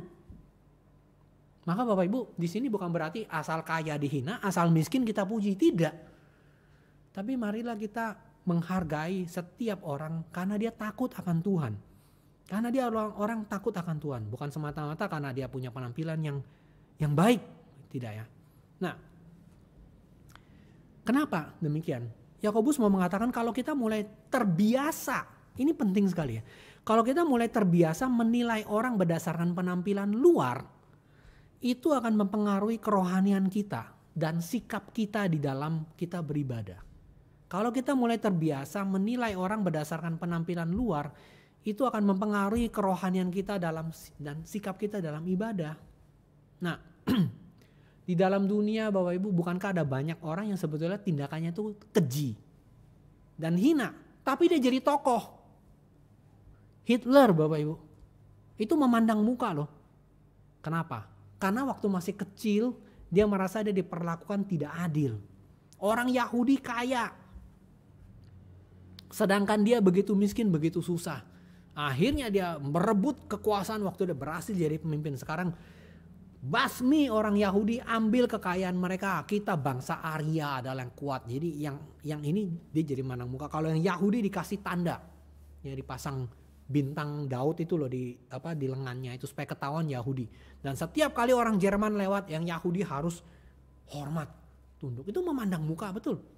Betul. Nah tapi jangan salah Bapak Ibu, Hitler itu yang mungkin salah satu yang pencetus perang dunia kedua ini ya. Ini orang ini tokoh loh. Bapak Ibu pernah dengar, saya pernah nonton satu film ya. Benar-benar kacau pepatahnya. Jadi dia bilang gini, kalau kamu bunuh cuma 1 atau 2 orang, kamu tuh jadi penjahat. Tapi kalau kamu bunuhnya jutaan, kamu jadi pahlawan. Gila. Kalau kamu cuma bunuh 1 atau 2 orang, kamu jadi penjahat. Dianggap penjahat. Kalau kamu bunuhnya jutaan, jangan tanggung-tanggung, kamu jadi pahlawan. Hitler bisa dianggap begitu sama orang Jerman. Dia bunuh berapa juta orang Yahudi. Oh Bapak Ibu, maka hari ini kita punya standar dalam penilaian itu bisa sangat-sangat terbalik sekali. Betul-betul terbalik, gak sesuai dengan firman Tuhan. Sangat terbalik. Ya, ada banyak orang yang Kristen ya. Jadi orang yang jahat, yang hina, tapi jadi tokoh dalam dunia. Sementara Bapak Ibu ada juga orang-orang Kristen, orang percaya yang baik-baik, yang rendah hati. Cuma karena penampilan dia buruk dan dia tidak punya bukan berarti yang penampilan buruk pasti baik, yang enggak ya Bapak Ibu ya. Bukan, tapi maksudnya ada orang yang memang dia punya hati yang baik, tapi dia bukan tokoh gitu. Dia bukan tokoh, tapi dia orang yang rendah hati, orang yang saleh, yang betul-betul ikut Tuhan, yang melayani Tuhan, yang jadi berkat buat sesamanya gitu. Nah Bapak Ibu, maka kita tidak bisa gara-gara cara ini, akhirnya gereja dihina sama orang. Vikaris Mercy ya, itu pernah mengungkapkan, saya tidak dengar langsung dari beliau tapi dari orang lain ya, yang mengatakan orang tuh sering memandang kalau gereja itu showroom. Jadi yang ditampilkan mesti yang bagus-bagus. Dia mengatakan tidak, gereja itu bukan showroom, gereja itu bengkel, gereja itu rumah sakit. Apa yang kita lihat waktu di bengkel? Mobil rusak toh. Apa yang kita lihat di rumah sakit? Orang sakit. Jadi biarlah orang-orang yang hina, orang-orang yang bukan hina ya, maksudnya bukan hina, orang-orang yang punya keberadaan yang mungkin dia lebih kurang mampu dan sebagainya, dia bisa beribadah di gereja. Nah, saya ngomong ini seperti untimely, tidak tepat pada waktunya karena sekarang kita ibadah online semua begitu kan. Tapi paling tidak cara kita memperlakukan sesama orang percaya atau sesama manusia secara umumnya tidak berdasarkan penampilan mereka.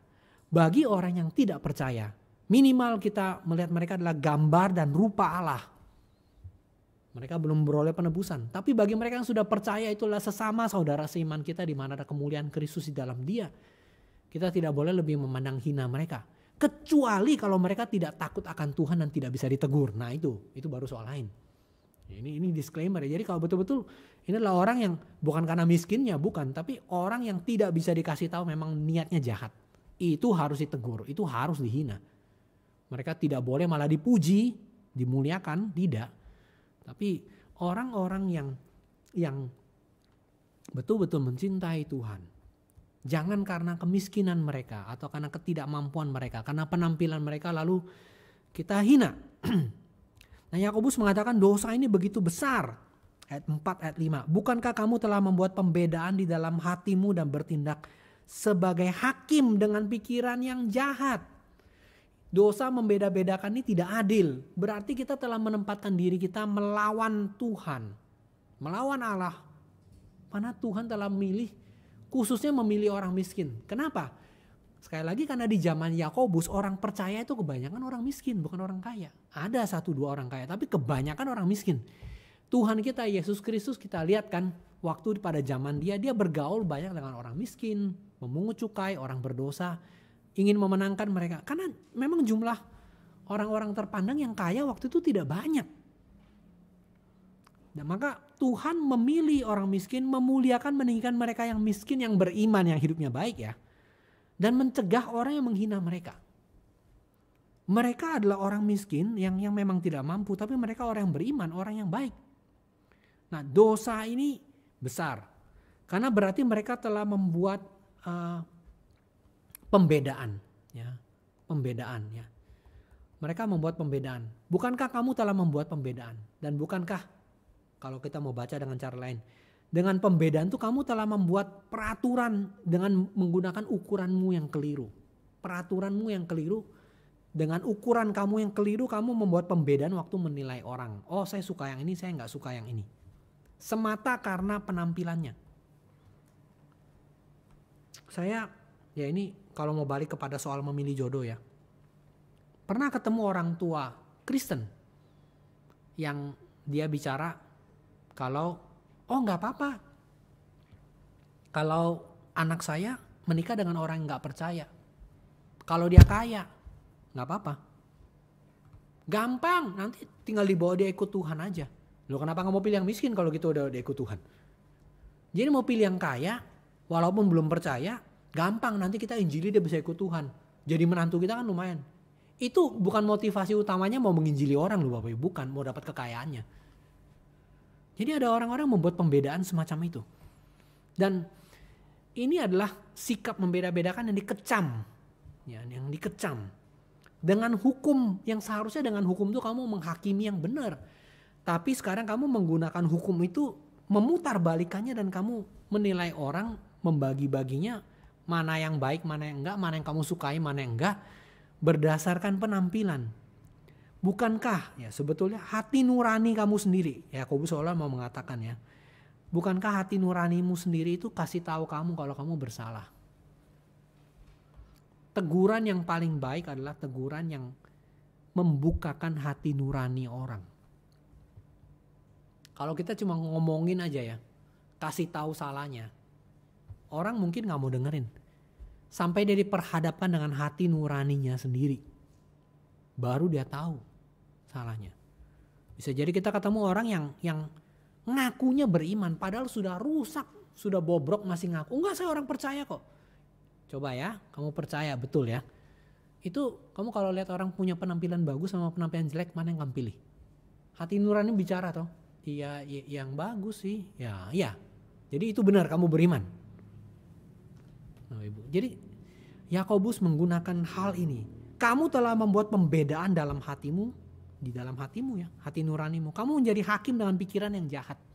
Sekali lagi ini adalah pertemuan, bukan pertemuan ibadah, tapi pertemuan untuk memutuskan satu perkara di antara kumpulan orang-orang Yahudi pada waktu itu ya. Jadi mereka tidak sadar apa yang mereka lakukan adalah sesuatu hal yang bobrok, yang jelek. Dan kenapa itu bisa terjadi? Karena ada ketidakadilan di dalam pikiran mereka. Perilaku seseorang, watak seseorang, tindakan membeda-bedakan itu muncul dari dalam hati dan pikiran dari mana segala sesuatu itu mengalir. Ya, kalau kamu sudah bertindak sebagai hakim dengan pikiran yang jahat, kamu pakai ukuran yang tidak adil, menggunakan pendapat yang bobrok, yang telah kamu bentuk bagi diri kamu sendiri, maka coba cek cara menilai kita yang paling dalam itu sebetulnya menentukan gimana kita berperilaku di luar. Dan seringkali itu nggak disadari sih Bapak Ibu, benar-benar nggak disadari gitu ya. Kita akan cenderung berkawan, ya susah juga ngomongnya. Tapi kita cenderung berkatan dengan orang berpenampilan menarik, yang lebih bersih, yang lebih wangi, yang lebih pintar dan sebagainya begitu kan. Otomatis sudah ada begitu dari kecil. Mungkin anak-anak kecil yang baby itu yang masih belum terlalu terpengaruh dengan beginian. Saya ingat waktu anak saya masih kecil ya, si Aurora waktu dia masih kecil. Dia suka menyapa orang gitu. Nah satu saat saya cukup kaget gitu loh waktu lihat dia kemana aja dia suka nyapa gitu. Sekarang udah agak gede lebih malu-malu ya. Tapi waktu dia masih kecil, saya ingat satu kali waktu kami lagi jalan di satu daerah di Ngagel Jaya Selatan itu kan ada itu ya, apa namanya? Yang kayak semacam Pujasera tapi yang kelas menengah gitu ya, menengah ke bawah gitu ya. Tapi kan ya lumayan makanannya juga enak-enak sih, harga terjangkau gitu ya, situ dari situ. Nah situ satu saat kami mungkin agak malam ya, saya lagi jalan-jalan sama dia gitu, lagi dari mana gitu ya. Mungkin habis makan, lupa istri di belakang atau di depan sama saya begitu. Waktu lagi jalan, tiba-tiba si Rora, Pak, yuk say hi sama om itu. Itu Bapak Ibu yang apa? Yang tarik gerobak sampah. Saya heran anak saya bisa melakukan, bisa ya gitu ya. Saya kaget. Ya udah kalau mau say hi gitu, dia mau datang mau say hi kepada bapak itu. Pokoknya dia lihat itu orang, saya mau say hi gitu. Dia nggak punya pikiran orang itu pakai baju penarik sampah atau pakai jas, dia nggak peduli itu gitu. Maka saya nggak heran kalau Tuhan Yesus mengatakan anak-anak itu adalah empunya kerajaan surga. Simple sekali. Saya menghargai seseorang ya karena dia orang. Karena dia gambaran rupa Tuhan. Bukan karena dia punya penampilan bagaimana. Gak tahu ya kenapa waktu orang sudah makin besar pembedaan itu muncul dalam pikirannya. Dulu gak ada loh. Mungkin ya saya duga ya. Ya kecuali mungkin anak kecil yang terbiasa ketemunya yang bagus-bagus gak pernah ketemu. Mungkin ya saya lagi menduga. Tapi memang ini membuktikan kita sudah jatuh ke dalam dosa. Kita punya penilaian, kita diam-diam lebih suka tampilan yang anggun, yang lahiriah dan seterusnya.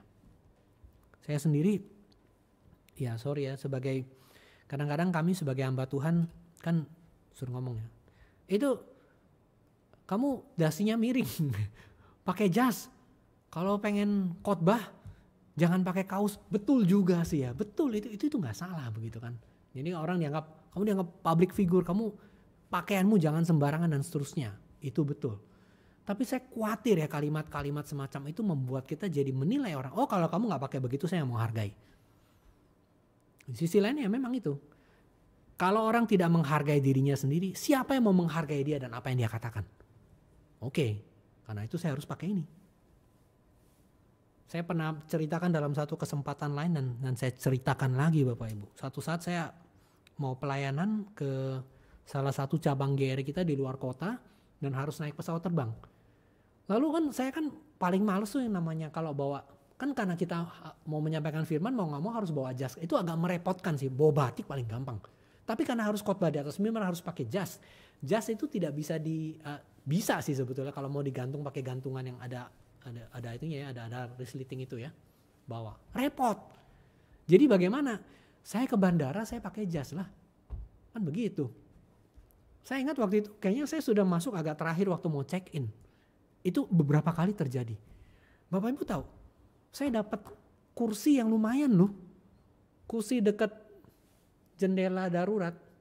Jadi artinya kalau ada kecelakaan apa-apa saya duluan mati gitu. Itu dikasih yang leg room yang panjang gitu loh. Saya kan tinggi 171 ya. Jadi kira-kira Pak, dapat kursi yang bagus. Beberapa kali terjadi. Saya pengen ngetes kadang-kadang kalau nggak pakai jas kira-kira gimana gitu ya. Mungkin tempat duduknya lain gitu. Lain loh. Karena ada penumpang-penumpang lain sebelum saya. Memang sih nanti kan syaratnya mereka yang dekat jendela itu kan mesti yang nggak ada keadaan sakit, yang tangan kiri dan kanannya mampu mengangkat pintu yang berat berapa puluh kilo itu dan seterusnya gitu. Tapi saya lihat ada perbedaan perlakuan. Jadi saran saya Bapak Ibu, kalau Bapak Ibu terlambat untuk check in pesawat terbang, bawalah jas. Bawalah jas, pakailah itu tampilan yang baik, mungkin dapat kursi lebih baik. Tanpa harus bayar kursi tambahan untuk kelas bisnis dan sebagainya gitu. Manusia begitu. Manusia seperti itu. Manusia entah dari mana kita tiba-tiba dibentuk pikiran lebih menyukai kemegahan lahiriah daripada keanggunan batin.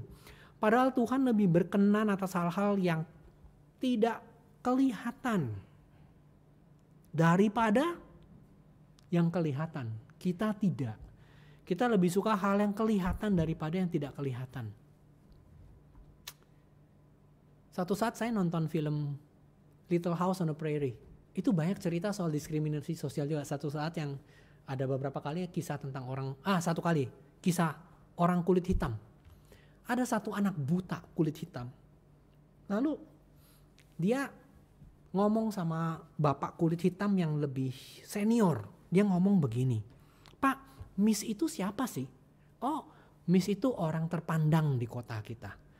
Loh, kenapa dia? Iya, orang-orang memuji dia. Kenapa? Dia banyak kasih sumbangan buat ini, dia banyak kasih sumbangan untuk itu. Terus bapak itu ngomong sama anak itu ngomong, Pak, ini bukan anaknya ya, kayak anak yatim piatu. Nanti dia ada satu panti asuhan. Dan panti asuhan tuh tadi nggak mau dicampur antara kulit hitam dan kulit putih. Anak tuh pengen dimasukin ke situ tapi nggak boleh karena ada kulit hitam. Lalu dia ngomong sama si orang kulit hitam yang senior itu.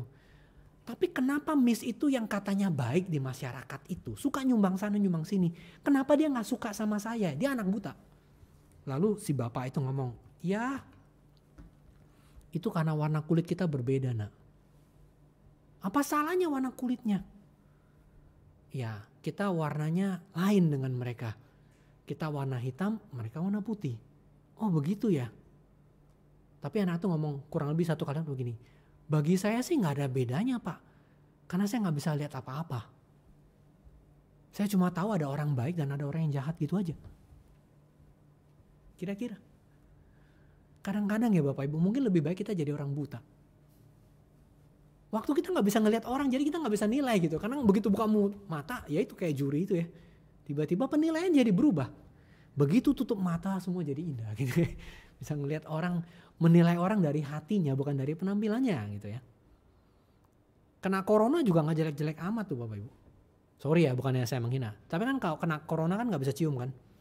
Kadang-kadang kan ada orang yang baik. Tapi karena dia pulang kerja belum sempat mandi baunya agak asem. Kita langsung menghindar kan. Bapak Ibu kena corona gak bisa cium. Jamin semua oke. Gitu loh Bapak Ibu. Jadi kadang penciuman dan penglihatan kita tuh bisa menghalangi kita untuk bersahabat sama orang. Seriously. Untunglah kita pakai masker sekarang. Gak kecium. Ya kan? Bapak Ibu jadi kebejatan. Maka Yakobus ini seperti mau mengatakan kebejatan satu dosa itu ya. Gak pernah sungguh-sungguh dimengerti sampai kejahatan pikiran kita tuh terungkap kita seperti apa. Inilah kelemahan watak kita. Kita cenderung memandang muka. Dan sikap ini adalah menjijikkan karena kita, ayat 5, kita langsung bertentangan dengan Allah. Dengarlah hai saudaraku yang kukasihi, bukankah Allah memilih orang yang dianggap miskin oleh dunia untuk menjadi kaya dalam iman. menjadi ahli waris kerajaan yang dijanjikannya kepada barang siapa yang mengasihi Dia. Allah telah membuat orang yang tidak engkau pandang, yang miskin itu menjadi pewaris kerajaan. Dia kasih janji yang besar, yang mulia kepada orang yang nyaris engkau hina-hina itu loh. Engkau beri tatapan yang kurang hormat. Ini kejahatan besar dalam dirimu yang mengaku-ngaku jadi anak Tuhan, serupa dengan Dia, tapi engkau nggak kayak begitu. Maka Yakobus dengarkan saudara-saudara yang kukasihi, ya. Soalnya mau mengatakan, aku mengasihi engkau dengan segala hormat, aku mohon. Renungkan dan perhatikan, ada banyak orang miskin di dalam dunia ini yang dipilih sama Tuhan. Menjadi pilihan Tuhan itu gak menghalangi mereka jadi orang miskin. Dan miskin juga sama sekali gak mengurangi bukti mereka dipilih sama Tuhan. Matius 11 ayat 5 mengatakan kepada orang miskin dikabarkan kabar baik. Dan Tuhan telah menyerahkan ajarannya itu supaya dikasihi sama manusia. Bukan karena dapat keuntungan lahiriah. Bapak Ibu jangan mau jadi orang Kristen kalau dijanjikan sama pendetamu. Jadi Kristen percaya Tuhan pasti kamu kaya. Itu memandang muka. Jadi Kristen percaya kepada Tuhan, dosamu diampuni, hidupmu diperbarui. Nah itu yang betul. Entah kamu kaya, entah kamu miskin. Jadi Kristen semua doamu pasti dikabulkan. Enggak. Penampilanmu pasti jadi baik. Tidak. Tuhan memilih banyak orang-orang yang kurang. Jadi Yakobus mengatakan, perhatikanlah, begitu banyak orang yang miskin di dunia ini tuh yang kaya imannya. Jadi itu yang secara khusus yang mestinya mereka kejar, iman. Orang yang punya kekayaan dan kedudukan, puji Tuhan. Biarlah dia bisa kaya dalam perbuatan baik. Karena kalau dia punya sumber daya lebih banyak, punya kekayaan lebih banyak, dia kan bisa pakai lebih banyak buat nolong orang lain untuk berbuat baik. Karena punya kelebihan itu. Tapi bagi mereka yang miskin, bagi mereka yang pas-pasan, Yakobus sepertinya mau mengatakan, biarlah kamu kaya dalam iman. Makin sedikit yang kamu miliki, kamu makin penuh pengharapan, makin penuh iman akan hal-hal yang baik. Kamu punya pengharapan akan dunia yang akan datang, kamu bisa lebih bergantung sama Tuhan. Ya seperti pendeta yang saya ceritakan itu. Dapat jual pecel cuma waktu mau bayar uang sekolah anak. Dia bisa berharap. Karena dia punya pengalaman begitu, dia bisa berharap, Tuhan, kalau andai kata lain kali saya kemiskinan lagi, saya kekurangan lagi, saya nggak takut. Saya bisa doa dan Tuhan bisa kasih saya lagi. Mereka punya pengharapan. Nah ini adalah satu kekayaan yang dimiliki orang-orang yang kurang mampu. Kebergantungan sama Tuhan. Mereka punya sesuatu yang lain.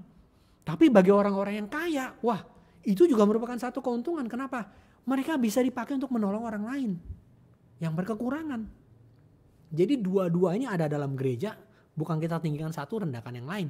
Dua-dua biarlah jadi sama-sama takut akan Tuhan, sama-sama satu belajar berpengharapan, satu belajar menjadi berkat. Dua-dua kumpul, dua-dua, wah itu jadi indah gereja. Jadi indah. Jadi orang-orang Kristen yang percaya, yang kaya di dalam hak itu mereka menjadi pewaris kerajaan.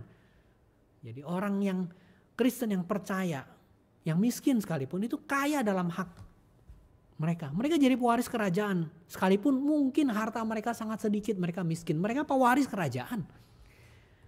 Yang diberikan kepada mereka sedikit, tapi yang disimpan bagi mereka itu lebih besar. Sementara orang kaya, mereka memang memiliki, tapi mereka bisa menolong. Ya, mereka bisa menolong orang lain. Orang yang kaya dengan iman dan yang kaya dengan iman, penuh dengan kasih ilahi dan bekerja dalam kasihnya itu dia sadar dirinya adalah pewaris kemuliaan. Nah, jadi surga itu satu kerajaan di mana disediakan bagi kita yang mengasihi Tuhan. Pasti kaya. Jadi kita yang miskin pun kita punya ini. Maka ada mahkota yang dijanjikan kepada orang percaya. Ada kerajaan. Ya kan mahkota cuma diberikan bagi mereka yang tinggal kerajaan kan. Ada mahkota kehidupan, ada kerajaan yang kekal. Maka Yakobus seperti yang mau mengatakan orang miskin yang percaya di dalam dunia itu dihormati apabila mereka kaya dalam iman. Mereka dihormati. Ada jemaat-jemaat yang bekerja keras gitu ya. Penghasilannya tidak seberapa. Tapi demikian mencintai Tuhan, demikian melayani, demikian berkorban. Mereka akan ditinggikan oleh Tuhan. Nah, oleh karena itu sangat berdosa kalau kita menghina orang semata-mata dia miskin. Maka Yakobus ini satu hal. Tetapi kamu menghina orang-orang miskin, ayat 6. Kamu menghina orang miskin, bukankah justru orang kaya? Nah, terbalik. Lihat, karena justru kekayaan itu banyak orang-orang kaya menindas kamu. Ada berbagai kejahatan yang dilakukan oleh kekayaan dan kebesaran duniawi. Dan orang Kristen yang bodoh berikan penghormatan kepada orang yang gak bisa menghargai Tuhan. Nah, itu yang susah. Dia punya kekayaan tapi dia jahat, dan orang Kristen yang duniawi justru menghargai orang-orang kayak begini. Padahal mereka gak menghargai Allah. Ayat 7, bukankah justru orang-orang kaya yang menindas kamu dan menyeret kamu ke pengadilan, bukankah mereka menghujat nama yang mulia yang olehnya kamu, terjemahan Indonesia keliru ya, kamu menjadi milik Allah. Nama yang mulia, yang menghujat nama yang mulia yang olehnya kamu dipanggil, terjemahan yang lebih tepat ya. Nama yang mulia yang olehnya kamu dipanggil. Jadi pada masa itu, sekali lagi, orang percaya yang kaya sedikit. Justru yang banyak orang kaya yang berkuasa yang menyeret orang percaya itu ke dalam penjara.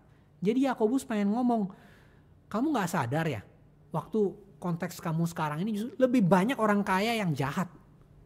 Kamu malah menghargai yang kaya begitu. Bukan berarti semua orang kaya jahat. Jadi renungkan, memang seringkali kalau orang miskin, kejahatan yang dia lakukan tuh terbatas Bapak Ibu. Tapi kalau dia kaya, lebih banyak yang bisa dia lakukan. Lebih banyak yang dia bisa lakukan.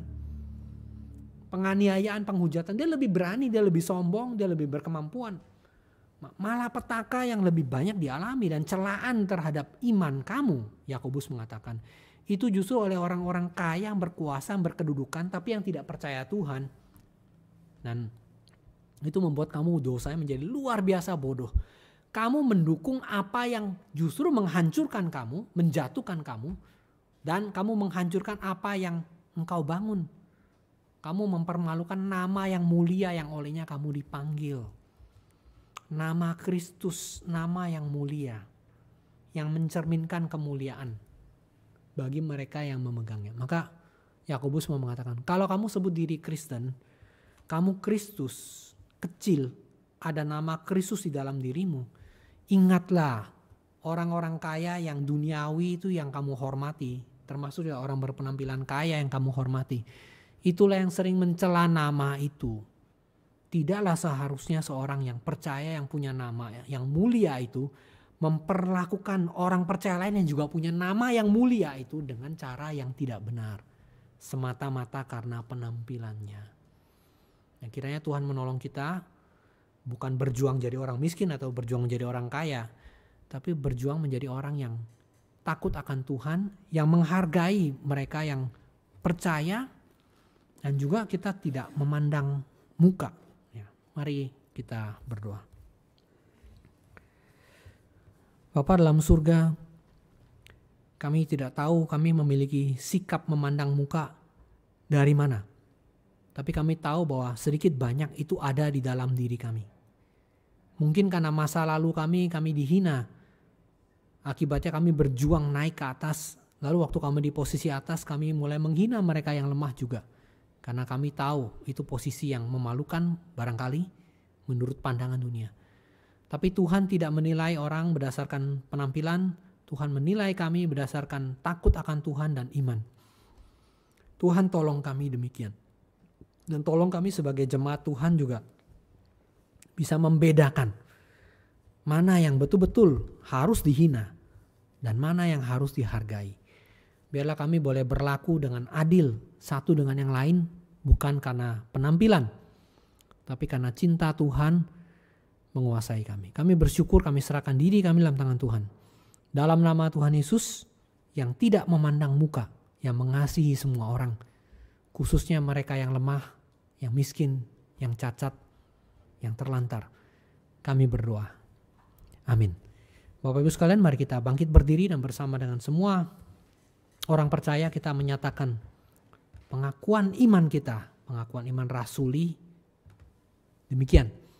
Aku percaya kepada Allah, Bapa yang Maha Kuasa, Khalik langit dan bumi, dan kepada Yesus Kristus anaknya yang tunggal Tuhan kita, yang dikandung dari Roh Kudus, lahir dari anak darah Maria, yang menderita sengsara di bawah pemerintahan Pontius Pilatus, disalibkan, mati, kuburkan, turun ke dalam kerajaan maut. Pada hari yang ketiga bangkit pula dari antara orang mati, naik ke surga, duduk sebelah kanan Allah, Bapa yang Maha Kuasa. Dan dari sana ia akan datang untuk menghakimi orang yang hidup dan yang mati. Aku percaya kepada Roh Kudus, gereja yang kudus dan am, persekutuan orang kudus, pengampunan dosa, kebangkitan tubuh, dan hidup yang kekal. Amin. Silakan duduk Bapak Ibu sekalian. Bapak Ibu, kita akan memberikan persembahan. Persembahan ini adalah untuk pekerjaan Tuhan, bukan untuk hamba Tuhan. Persembahan akan diberikan dengan 2 kantong. Kantong merah Bapak Ibu dapat scan yang sebelah kiri, kantong biru Bapak Ibu dapat scan yang sebelah kanan. Dan kantong merah adalah untuk pekerjaan Tuhan di GRI Kertajaya secara rutin, biaya-biaya secara rutin. Sedangkan kantong merah adalah untuk pekerjaan rutin di GRI Kertajaya. Sedangkan kantong biru adalah untuk mendukung GRI Pusat. Hari ini adalah minggu yang ke-4 ya. Ini untuk pembangunan. Jadi ada untuk pembangunan universitas dan sebagainya yang dibutuhkan juga di GRI Pusat. Bapak Ibu yang ingin mendukung dapat memberikan melalui scan kantong biru. Tapi bagi Bapak Ibu yang ingin memberikan persembahan via transfer, itu bisa di nomor yang tertera itu BCA nomor sekian. Silakan diberikan kode saja, kantong merah atau kantong biru. Jadi supaya nanti bendahara bisa mengalokasikannya ke kantong yang tepat ya. Jadi bisa jadi scan 1 kali sejumlah tertentu dibagi 2, sekian untuk kantong merah, sekian untuk kantong biru, bisa juga. Tapi kalau mau langsung pakai QR code, Bapak Ibu tinggal scan yang sebelah kiri kantong merah untuk pekerjaan rutin Tuhan di GRI Kertajaya. Kantong biru adalah untuk pekerjaan Tuhan GRI Pusat untuk pembangunan yang khususnya yang saya tahu sekarang ini sedang persiapan untuk universitas. Demikian kita boleh memberikan persembahan kita dan mari kita menyanyi lagu nomor 4. Ikut di Kau saja Tuhan.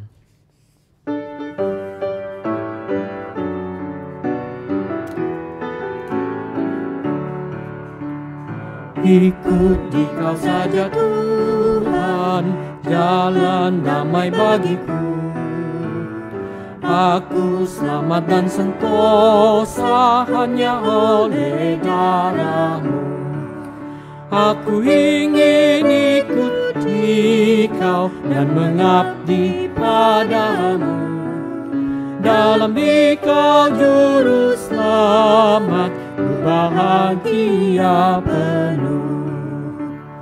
Ikut Dikau di sengsara, karena janji-Mu teguh. Atas kuasa kegelapan, ku menang bersama-Mu. Aku ingin ikuti Kau dan mengabdi padamu. Dalam Dikau juru selamat, bahagia penuh. Ikut dan menyangkal diri, aku buang yang fana. Hanya turut kehendak-Mu dan padamu berserah. Aku ingin ikuti Kau dan mengabdi padamu. Dalam Dikau juru selamat, bahagia penuh. Ikut dalam kesucian, lahir batin yang bersih. Aku rindu mengikuti surian yang Kau beri. Aku ingin ikuti Kau dan mengabdi padamu. Dalam Dikau juru selamat, bahagia penuh. Mari kita berdoa untuk persembahan kita.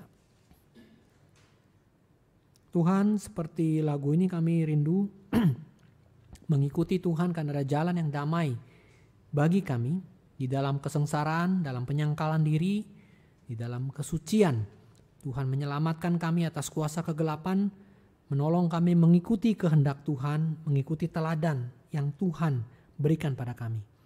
Karena itulah dengan rela, dengan sukacita kami berikan semua persembahan kami yang semuanya berasal dari Tuhan, sama sekali tidak membuat Tuhan lebih untung dan sama sekali tidak membuat kami menjadi rugi, tapi bahkan kami boleh berbagian dengan sukacita dalam pekerjaan Tuhan. Kami boleh mendukung pekerjaan Tuhan. Tuhan pimpin uang yang terkumpul ini dapat dipakai dengan tepat, dengan bijaksana untuk pekerjaan Tuhan, dan biarlah kami juga belajar terus mempersembahkan diri kami dan tubuh kami. Tuhan ampuni dosa kami, ketidaklayakan kami, sucikan, bersihkan, terimalah persembahan kami, terimalah juga diri kami.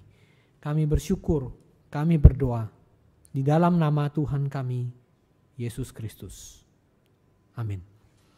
Bapak Ibu sekalian, kita akan bangkit berdiri, kita akan mengakhiri ibadah kita pada hari ini. Kita akan menyanyi, mengembalikan kemuliaan kepada Tuhan dengan menyanyikan doksologi, puji Allah, Bapa, Putra, Roh Kudus.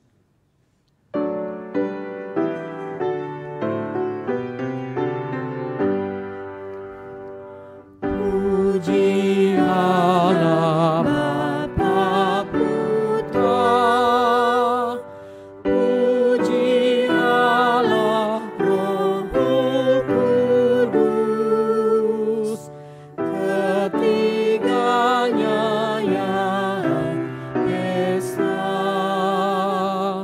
Mohon selamat sumber berkat.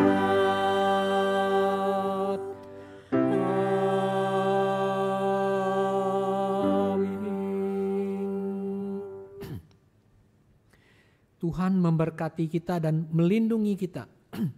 Tuhan menyinari kita dengan wajah-Nya dan memberi kita kasih karunia. Tuhan menghadapkan wajah-Nya kepada kita dan memberi kita damai sejahtera. Amin. Amin. Amin.